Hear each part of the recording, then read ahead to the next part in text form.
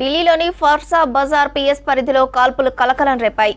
Bike పై వచ్చిన ఇద్దరు వ్యక్తులు ఓ వ్యక్తిపై కాల్పులు జరిపి పారిపోయారు. ఘటనలో గాయపడ్డ సునీల్ జైన్ ను హాస్పిటల్ కు తరలించి చికిత్స అందిస్తున్నారు. ఘటనపై కేసు నమోదు చేసిన పోలీసులు స్పాట్ ను పరిశీలించారు. స్పాట్ లో ఉన్న సీసీ కెమెరాల ఆధారంగా నిందితులను గుర్తించే పనిలో పడ్డారు ఢిల్లీ పోలీసులు.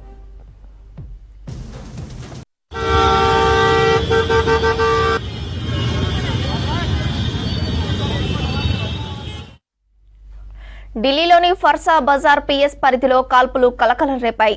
బైక్ పై వచ్చిన ఇద్దరు వ్యక్తులు ఓ వ్యక్తిపై కాల్పులు జరిపి పారిపోయారు. ఘటనలో గాయపడ్డ సునీల్ జైన్ ను హాస్పిటల్ కు తరలించి చికిత్స అందిస్తున్నారు. ఘటనపై కేసు నమోదు చేసిన పోలీసులు స్పాట్ ను పరిశీలించారు. స్పాట్ లో ఉన్న సీసీ కెమెరాల ఆధారంగా నిందితులను గుర్తించే పనిలో పడ్డారు ఢిల్లీ పోలీసులు.